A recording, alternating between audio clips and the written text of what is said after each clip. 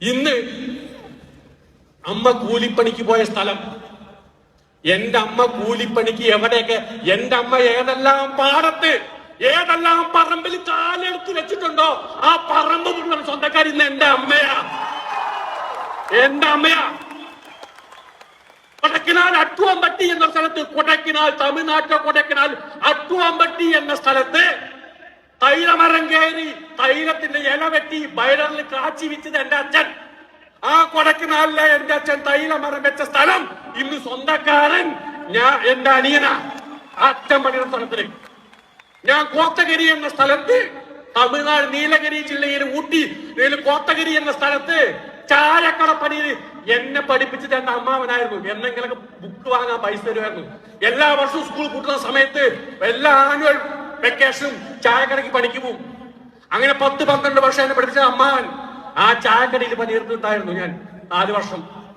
ഇന്ന് അതേ ചായക്കട അമ്മാവൻ പണി നിർത്തിക്കൊണ്ട് നീലഗിരി ഊട്ടിയിൽ നിന്നും വരുന്ന പച്ചക്കറി, കിഴങ്ങ്, ക്യാരറ്റ്, ബീട്രൂട്ട്, വെളുത്തുള്ളി ഏറ്റവും കൂടുതൽ മേട്ടുപ്പാളയം മാർക്കറ്റിൽ കച്ചവടം നടക്കുന്നത് എന്റെ തോട്ടത്തിൽ നിന്നാ, ഊട്ടിന്ന്.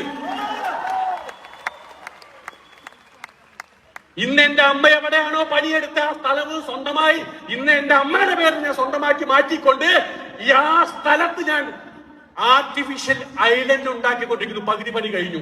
Artificial island.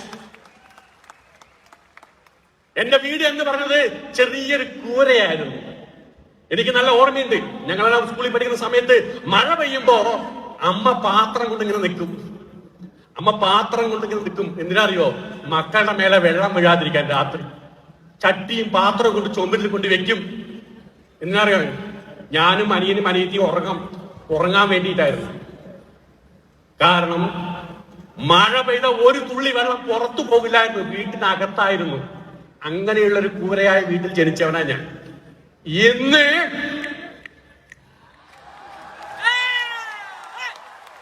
നെറ്റ്വർക്ക് മാർക്കറ്റിംഗ് ഹിസ്റ്ററിയില്, ഇന്ത്യൻ നെറ്റ്വർക്ക് മാർക്കറ്റിംഗ് ഹിസ്റ്ററിയില്, നെറ്റ്വർക്ക് മാർക്കറ്റിംഗ് ചരിത്രത്തിൽ ഇന്ത്യയിൽ ഒരുത്തനും കെട്ടാത്ത വീട് ഞാൻ കെട്ടി. ഞാൻ വീട് കെട്ടുമ്പോ നാട്ടുകാർ പറഞ്ഞു പൊട്ടൻ, അല്പന അർദ്ധരാത്രി എന്ത് കിട്ടിയാ കുട പിടിക്കുവാട്ടോ, എന്തോ പറഞ്ഞു. അല്പന അർദ്ധരാത്രി അർത്ഥത്തിന്റെ കുട. ഞാൻ വീട് കെട്ടിയത് നാട്ടുകാരെ കാണിക്കാനല്ല, എന്റെ അസോസിയേഷനെ നെറ്റ്വർക്ക് മാർക്കറ്റിംഗില് ഇങ്ങനെ വീട് കെട്ടാറായെന്ന് ഞാൻ പ്രൂവ് ചെയ്തു. ഇന്ത്യയിൽ ഒരു സിനിമ നടന്നേക്കാൾ, കേരളത്തിലെ ഏറ്റവും മികച്ച സിനിമ നടന്നേക്കാൾ വലിയ വീട് 10,000 സ്ക്വയർ ഫീറ്റില് മണിമാളിയെ കെട്ടിയവനാ ഞാൻ.